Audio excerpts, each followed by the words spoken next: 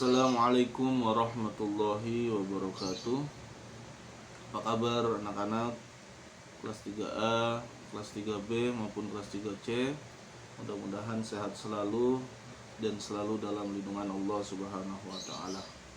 Alhamdulillah, pada hari ini, pada kesempatan pagi ini kita masih diberi kenikmatan oleh Allah Subhanahu wa taala, yaitu nikmat sehat walafiat. Dan apabila ada saudara kita, keluarga kita, teman kita, kerabat kita, tetangga kita yang sedang sakit, mudah-mudahan segala penyakitnya diangkat oleh Allah Subhanahu wa taala. Amin amin ya Allah ya rabbal alamin. Untuk hari ini Pak Ubay akan menerangkan atau menjelaskan materi Al-Qur'an hadis yang ada di buku LKS. Kalian buka buku LKS-nya halaman 16 ya, kalian siapkan. Setelah itu nanti kalian simak baik-baik ya, jangan dicepetin videonya ya, takutnya nanti kalian tidak paham ya. Disimak baik-baik ya. Kalau sudah disiapkan buku LKS-nya, dibuka halaman 16 bab 2 ya. Sebelum kita memasuki pelajaran ini, marilah kita berdoa terlebih dahulu. Mudah-mudahan apa yang kita pelajari hari ini mendapatkan ilmu yang bermanfaat baik di dunia maupun di akhirat kelak ya. Mari kita berdoa bersama. A'udzu billahi minasyaitonir rajim. Bismillahirrahmanirrahim. Raditu billahi rabba wa bil islami dina wa bi Muhammadin nabiyya wa rasula. Rabbi israh li sadri wa yassir li amri wa akhlul 'uqdatam min lisani yafqahu qawli. Rabbi zidni ilman warzuqni fahman bi rahmatika ya arhamar rahimin. Amin. Ya. Baik, lanjut. Kalian simak baik-baik bab 2 surah An-Nasr ya. Minggu lalu kalian sudah menghafal surah An-Nasr. Sekarang kita bahas surah An-Nasr ya. Bismillahirrahmanirrahim. Uraian materi. Agama Islam adalah agama yang paling agung di sisi Allah. Nabi Muhammad SAW selalu berjuang sekuat tenaga dalam mendakwahkan ajaran Islam. Namun usaha yang dilakukan beliau dalam menyebarkan agama Islam tidak sepenuhnya dengan mudah dapat diterima oleh orang-orang yang baru mengenal Islam. Pada masa awal kedatangan Islam di kota Mekah, hanya sebagian kecil masyarakat yang menyatakan keislamannya. Hal ini karena kepercayaan terhadap nenek moyang mereka sangatlah kuat. Di antara mereka ada pula yang menolak kedatangan Islam, bahkan melakukan berbagai cara agar dakwah Nabi Muhammad SAW dapat dihentikan.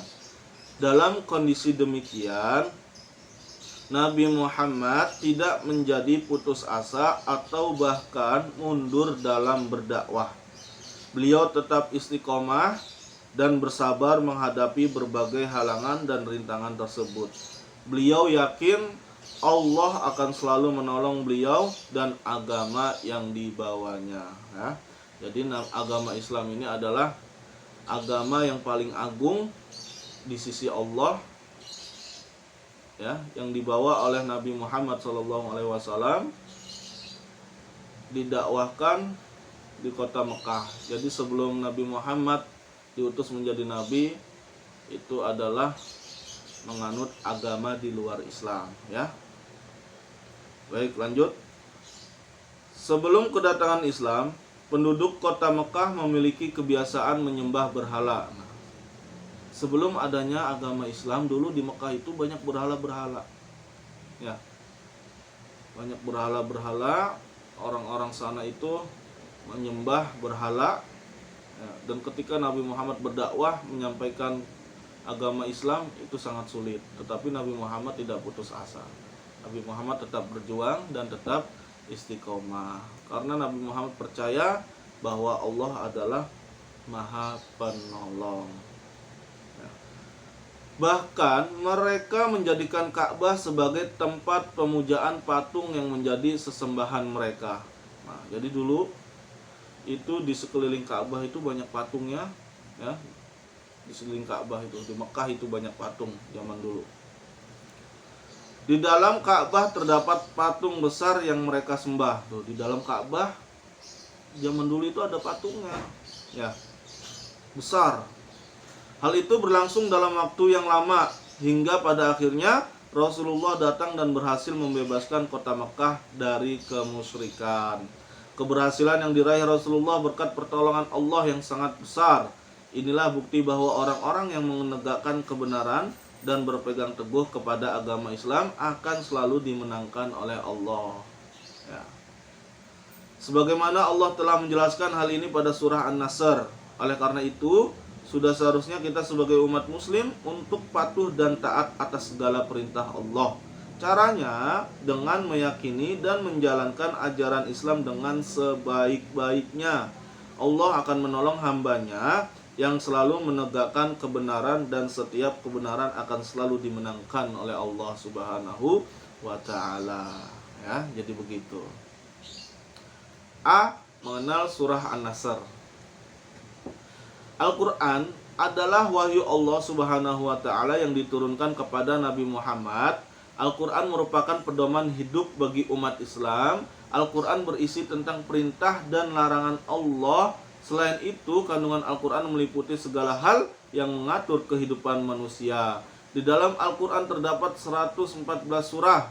Salah satu surat yang terdapat dalam Al-Quran adalah surah An-Nasr. Surah An-Nasr merupakan surah urutan yang ke-110 di dalam Al-Quran. Jumlah ayat yang terdapat dalam surah An-Nasr adalah 3 ayat, ya. Jadi surat An-Nasr itu urutannya yang ke-110 di dalam Al-Quran, ya. Jumlah ayatnya ada 3 ayat. Arti An-Nasr adalah pertolongan. Nah, jadi An-Nasr artinya adalah pertolongan. Surah ini termasuk golongan surah Madaniyah. Nah, ini surah Madaniyah. Kenapa disebut surah Madaniyah? Karena diturunkan di kota Madinah. Nah, kalau diturunkan di kota Mekah disebut Makkiyah. Kalau di Madinah disebut Madaniyah. Ya. Surah Madaniyah adalah surah-surah yang diturunkan setelah hijrah Nabi Muhammad SAW ke kota Madinah. Surah An-Nasr berisi tentang pertolongan Allah Subhanahu wa ta'ala kepada umat Islam, ya. Adapun lafaz surah An-Nasr adalah sebagai berikut. Simak. A'udzu billahi minasyaitonir rajim. Bismillahirrahmanirrahim. Idza jaa nasrullahi wal fath وَرَأَيْتَ النَّاسَ يَدْخُلُونَ فِي دِينِ اللَّهِ أَفْوَاجًا فَسَبِّحْ بِحَمْدِ رَبِّكَ وَاسْتَغْفِرْهُ إِنَّهُ كَانَ تَوَّابًا. B. Melafalkan surah An-Nasr. Nah, yang barusan tadi Pak Ubay itu adalah lafal dari surah An-Nasr. Sekarang B, melafalkan surah An-Nasr, melafalkan per kalimat. Nah, ini kalian baca sendiri, ya.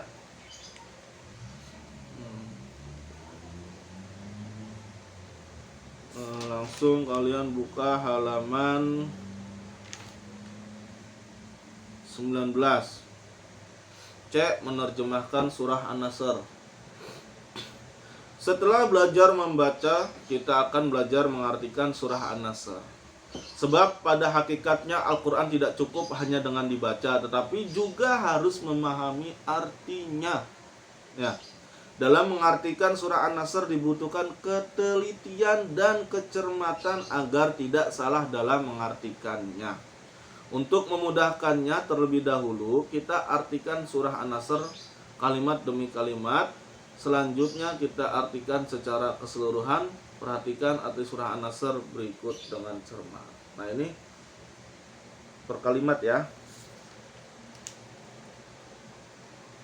Langsung ke halaman 20. Terjemah per ayat. Bismillahirrahmanirrahim. Dengan nama Allah yang Maha Pengasih, Maha Penyayang. Idza jaa nasrullahi wal fath. Apabila telah datang pertolongan Allah dan kemenangan, apabila telah datang pertolongan Allah dan kemenangan, wa ra'aitan nasa yadkhuluna fi dinillahi afwaja, dan engkau melihat manusia berbondong-bondong masuk agama Allah. Agama Allah itu adalah agama Islam. Ad-dinul Islam indallah. Ad-dinul Islam, agama Islam itu adanya di sisi Allah. Fasabbih bihamdi rabbika wastaghfir innahu kana tawwaba. Maka bertasbihlah dengan memuji Tuhanmu. Tuhanmu siapa? Allah Subhanahu wa ta'ala. Dan memohonlah ampunan kepadanya. Sungguh Dia Maha Penerima taubat. Nah, ya. Tuhanmu siapa? Allah. Memohon ampunan kepadanya. Kepadanya siapa? Ya kepada Tuhan kita. Siapa? Allah Subhanahu wa ta'ala. Ya. Langsung ke kandungan surah An-Nasr. Surah An-Nasr diturunkan berkaitan dengan peristiwa Fathu Makkah. Nah, Fathu Makkah itu artinya adalah pembebasan kota Makkah, ya. Pembebasan kota Makkah. Peristiwa ini terjadi pada tanggal 10 bulan Ramadan tahun 8 Hijriyah. Terjadinya Fathu Makkah disebabkan oleh adanya pelanggaran perjanjian Hudaibiyah oleh kaum kafir Quraisy Bani Bakr. Nah, perjanjian ini berisi tentang masing-masing suku dan agama harus melakukan gencatan senjata. Selain itu, perjanjian ini berisi tentang larangan menyakiti satu sama lain. Pelanggaran yang dilakukan kaum kafir Quraisy Bani Bakr memaksa Rasulullah SAW untuk membebaskan kaum muslim dari siksaan dan ancaman yang dilakukan kaum kafir Quraisy Bani Bakr. Rasulullah SAW yang pada waktu itu tinggal di kota Madinah mendatangi kota Mekah. Beliau datang bersama 10.000 pasukan muslim untuk menyerang kaum kafir Quraisy Bani Bakr yang berada di Mekah. Pada waktu itu Rasulullah SAW menugaskan panglima perang yang bernama Khalid bin Walid. Panglima perangnya itu Khalid bin Walid, ya, untuk menyerang pasukan kafir Quraisy yang berada di Mekah. Khalid bin Walid dan pasukannya memperoleh kemenangan yang gemilang dan berhasil melucuti senjata mereka. Ayat pertama surah An-Nasr menjelaskan bahwasannya Allah Subhanahu wa ta'ala memberikan pertolongan kepada Nabi Muhammad SAW dan kaum muslimin. Pertolongan Allah yang dimaksud adalah membebaskan umat Islam dari penyiksaan yang dilakukan oleh kafir Quraisy. Dalam ayat ini juga Allah memberikan kabar gembira kepada Rasulullah dan umatnya. Kabar gembira itu berupa kemenangan yang diraih umat Islam. Dengan kemenangan ini Rasulullah dapat berdakwah dengan tenang tanpa adanya gangguan dari kafir Quraisy. Sebelum peristiwa Fathu Makkah, kaum muslimin sering mendapatkan penyiksaan dan kekerasan. Adapun kekerasan meliputi hinaan, cacian, makian, dan fitnah yang dilakukan oleh kaum kafir Quraisy. Nah, ini orang yang suka menghina, orang yang suka mencaci, maki, fitnah, itu sama seperti kaum kafir Quraisy. Melihat hal tersebut, Nabi Muhammad mencoba melindungi umat Islam dengan cara melakukan hijrah ke kota Madinah. Nah, jadi cara Nabi Muhammad melindungi umatnya itu adalah hijrah ke kota Madinah, pindah dari kota Mekah ke kota Madinah. Beliau dan sebagian umat Islam kemudian menetap di kota Madinah dan menyebarkan ajaran Islam di kota tersebut, hingga tersiar kabar tentang penyiksaan terhadap umat Islam yang berada di kota Mekah yang dilakukan kafir Quraisy. Mendengar hal tersebut, Nabi Muhammad bersama 10.000 pasukan Islam menyerang kota Mekah. Penyerangan ini dilakukan untuk memberikan perlindungan kepada umat Islam yang berada di kota Mekah.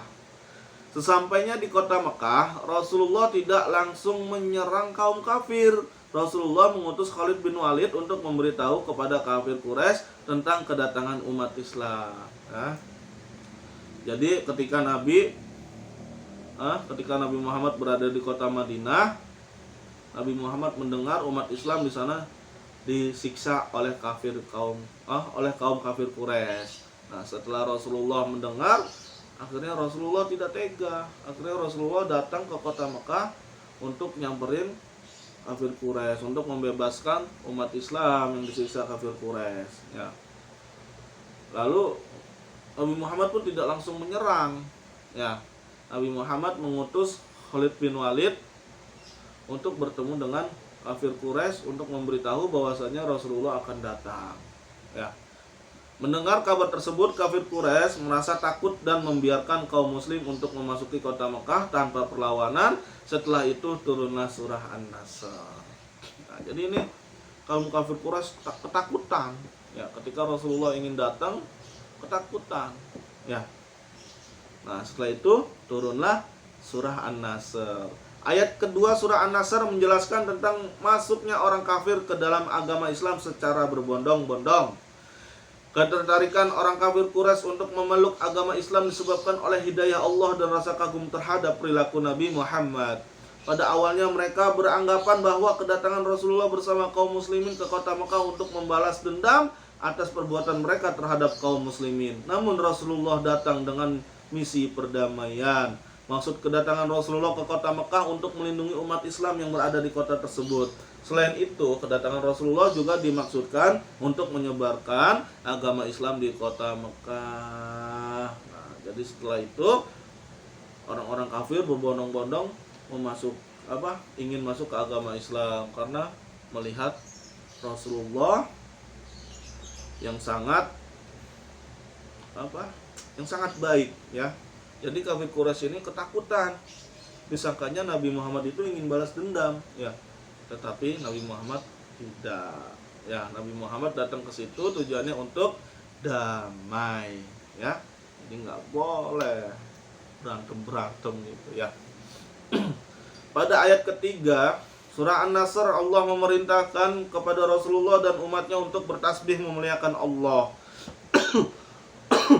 Hal ini sebagai rasa syukur atas karunia yang telah Allah limpahkan. Dalam hal ini, umat Islam diperintahkan untuk bersyukur atas pertolongan yang telah Allah berikan kepada mereka. Allah telah membebaskan mereka dari siksaan yang dilakukan kafir Quraisy. Dengan demikian Rasulullah dan kaum muslim dapat berdakwah dan beribadah dengan tenang tanpa harus diliputi perasaan takut. Kemenangan yang diraih umat Islam tidak membuat mereka menjadi sombong dan berlaku semena-mena terhadap penduduk Mekah. Sebaliknya, Allah memerintahkan kaum muslim untuk bersyukur atas apa yang telah mereka raih. Rasa syukur mereka diwujudkan dengan cara bertasbih memuji Allah. Jadi kita dilarang untuk sombong, ya. Kita mendapatkan prestasi di sekolah, kita nggak boleh sombong. Kita harus bersyukur, ya. Jangan sombong. Pada ayat ketiga juga Allah memerintahkan umat Islam untuk bertaubat atas dosa yang telah mereka lakukan. Manusia tidak luput dari perbuatan salah dan dosa. Allah akan mengampuni dosa-dosa yang telah diperbuat manusia karena Allah Maha Penerima taubat. Ya. Alhamdulillah. Baik. Untuk tugasnya, kalian mengerjakan uji kompetensi, ya. Halaman 25 bagian 1 dan bagian 2 saja, ya. Sekali lagi Pak Ubi ulang, kerjakan uji kompetensi halaman 25 dan 26. Kerjakan bagian 1 dan bagian 2 saja, ya. Baik. Mungkin ini saja yang bisa Pak Ubi sampaikan. Mudah-mudahan bisa bermanfaat buat kalian dan mudah-mudahan bisa dipahami, ya. Apabila ada kesalahan dalam menjelaskan atau kata-kata yang kurang tepat, mohon dibukakan pintu maaf yang seluas-luasnya. Terima kasih. Akhirul kalam. Wallahul muwaffiq ila aqwamit thoriq. Assalamualaikum warahmatullahi wabarakatuh.